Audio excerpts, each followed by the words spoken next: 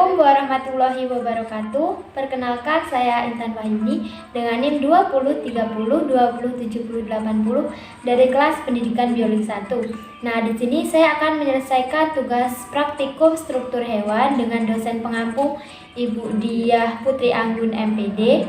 Di sini saya akan membedah ikan nila atau Oreochromis niloticus. Selamat.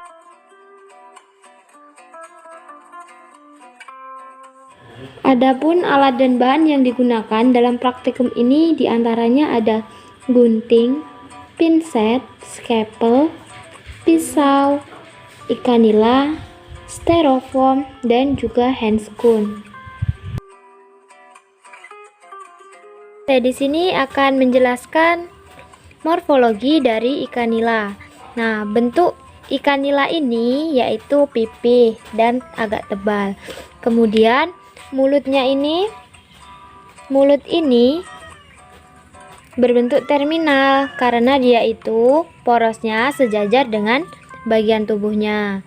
Kemudian bagian depan ikan nila ini disebut dengan anterior dan bagian belakang sini disebut dengan posterior. Nah, bagian atas ini disebut dengan dorsal dan bagian bawah ini sini disebut dengan ventral.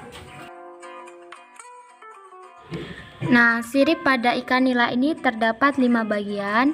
Yang bagian atas ini disebut dengan pinna dorsalis. Nah, ini dia. Ini ada bagian yang siripnya tajam, ini agak ke sini. Nah, kemudian yang di bagian bawah ini merupakan pinna ventralis. Nah, yang sebelah sini dekat dengan anus ini dia. Ini disebut dengan pinna analis. Nah, kemudian yang di ekor itu ada sirip juga. Nah, sirip itu disebut dengan pinna caudal. Nah, sedangkan yang bagian depan ini disebut dengan pinna abdominal. Bagian tubuh ikan nila ini terbagi menjadi 3 bagian. Yang pertama itu dari mulut ini sampai ke operculum. Ini dia, operculum ini yaitu penutup insang, ini disebut dengan kepala. Kemudian dari operculum ke anus, ini dia anusnya. Ke anus ini disebut dengan perut. Nah, dari anus hingga ujung sini, ujung belakang disebut dengan ekor. Kemudian kita bisa bersihkan dulu sisik dari ikan nila ini. Ini dia, kita bersihkan.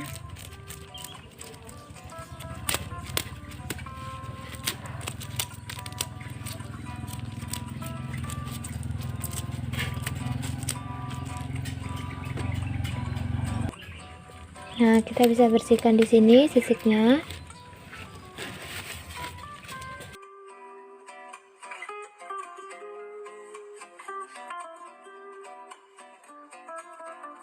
Langsung saja di sini kita melakukan pembedahannya ya. Kita bedah.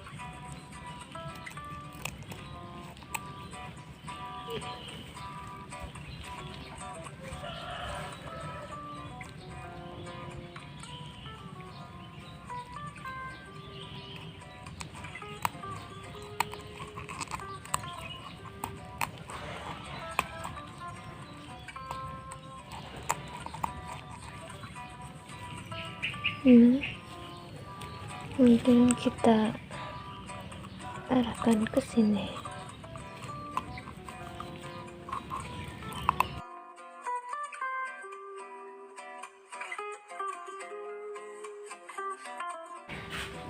makanan yang masuk melalui mulut. Di sini makanan masuk melalui mulut. Nah, di mulut ini terdapat gigi kecil. Nah, ini dia. Bisa kita zoom dulu. Nah, ini ada gigi kecil. Kemudian ada juga, setelah itu makanan akan disalurkan ke esofagus. Esofagus ini letaknya di antara insang. Nah, di sini. Nah, setelah itu makanan akan menuju ke lambung. Nah, ini ada saluran antara esofagus dan juga lambung di dalam sini. Nah, setelah menuju ke lambung, makanan itu di lambung ini terjadi pencernaan mekanik dan juga kimiawi. Mekaniknya karena adanya kontraksi otot lambung, dan juga kimiawinya dari HCl dan juga enzim pencernaan seperti peptin. Nah, di lambung ini makanan berbentuk seperti kim, kemudian disalurkan ke usus. Nah, di usus ini akan terjadi pencernaan dan juga penyerapan seperti penyerapan nutrisi, protein, air, mineral, dan lain-lain. Nah, setelah itu makanan akan sampai di ujung usus. Nah, di ujung usus ini ada rektum. Nah, selanjutnya akan dikeluarkan melalui anus. Ini dia anusnya di sini. Nah, ini. Kemudian ada juga organ aksesoris seperti hati atau liver. Hati ini berfungsi penetral toksik atau racun. Kemudian di hati ini ada kantung empedu. Di sini kantung empedunya. Nah, di sini kita juga akan menjelaskan mengenai pernapasan pada ikan. Nah, setelah mengetahui pencernaannya, kita pindah ke pernapasan. Nah, di sini ikan itu bernapas menggunakan insang. Kita ambil dulu insangnya. Kita potong pakai gunting.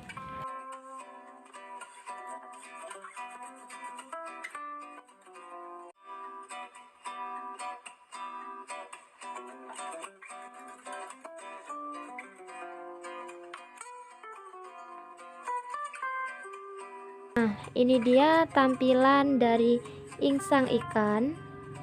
Nah, insang ikan ini terdiri atas 3 bagian. Yang pertama ini yang berwarna merah ini merupakan gilik filamen.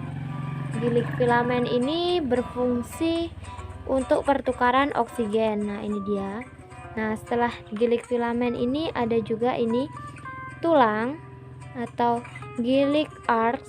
Nah, ini berfungsi sebagai penyokong. Nah, yang ini merupakan gilik tekernya. Nah, menjelaskan sistem peredaran darah pada ikan nila. Peredaran darah dari ikan nila ini bersifat tunggal, artinya hanya terdapat satu jalur saja. Nah, di sini sirkulasi darah itu berawal dari jantung. Jantung itu letaknya di sini. Sini di tengah-tengah sini. Jantung kemudian menuju ke insang. Ini dia insangnya. Nah, ini dia insangnya. Nah, ini jantungnya dan ini insangnya. Nah, setelah itu sampai di insang, dia akan melakukan pertukaran gas. Nah, selanjutnya darah ini akan disalurkan ke dorsal aorta. Nah, di sini ada dorsal aorta. Kemudian terbagi menjadi saluran-saluran yang kecil. Nah, selain itu darah dari insang kadang langsung kembali ke jantung. Ini dia. Nah, di sini saluran peredaran darah itu diantaranya ada 3 bentuk saluran, yaitu ada arteri. Arteri ini adalah pembuluh darah yang aliran darahnya menjauhi jantung. Nah, yang kedua ada vena. Vena ini adalah pembuluh darah balik yang aliran darahnya menuju ke jantung. Nah, ini dia aliran darahnya menuju ke jantung. Nah, kemudian yang ketiga ada kapiler. Kapiler ini adalah bagian percabangan saluran darah yang merupakan tempat terjadinya penukaran zat seperti nutrien antara darah dan jaringan sel.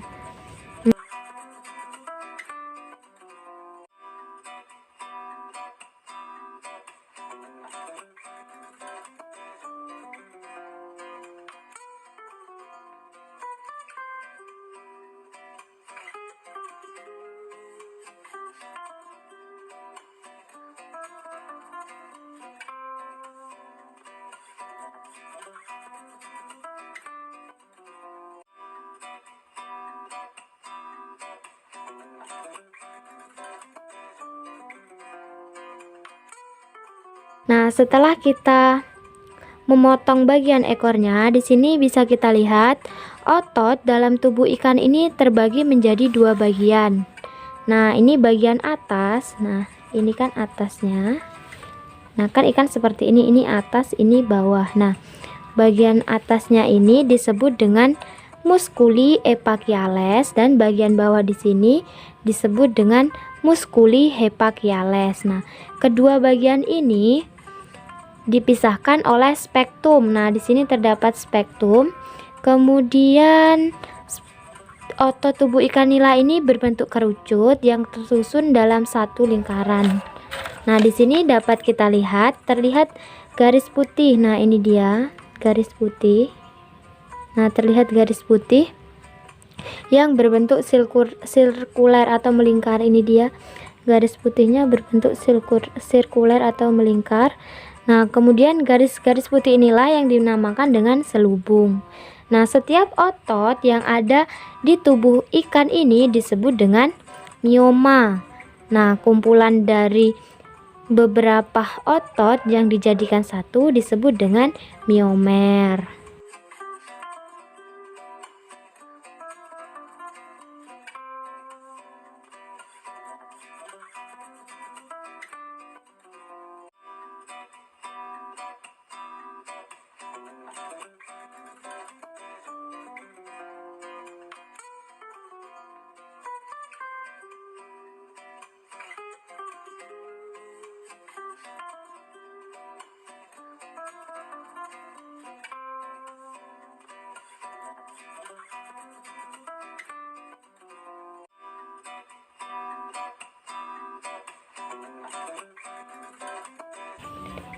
Ini dia merupakan tampilan dari ikan yang sudah kita bedah di atas kepalanya. Nah, di sini terdapat telencephalon atau otak depan. Di sini otak depan ini berfungsi sebagai penerima dan penghantar impuls. Nah, kemudian ya di sampingnya ini ada diencephalon. Diencephalon ini memiliki fungsi yang berhubungan dengan hormon. Nah, di bawahnya lagi ada mesencephalon atau otak tengah yang berfungsi sebagai pusat penglihatan. Nah, yang keempat ada metencephalon. Metencephalon ini mengatur keseimbangan tubuh dan dalam air. Kemudian mengatur tegangan otot dan daya orientasi terhadap ruangan. Nah, selanjutnya di sini ada milencephalon.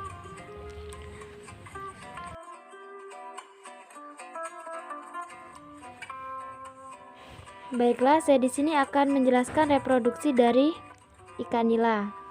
Nah, organ reproduksi yang menghasilkan sel kelamin di sini disebut dengan gonad.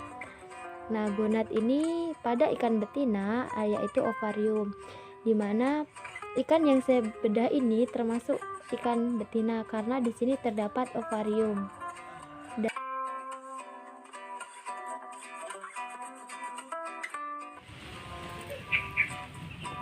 Ini merupakan organ-organ dari ikan nila setelah dilakukan pemisahan.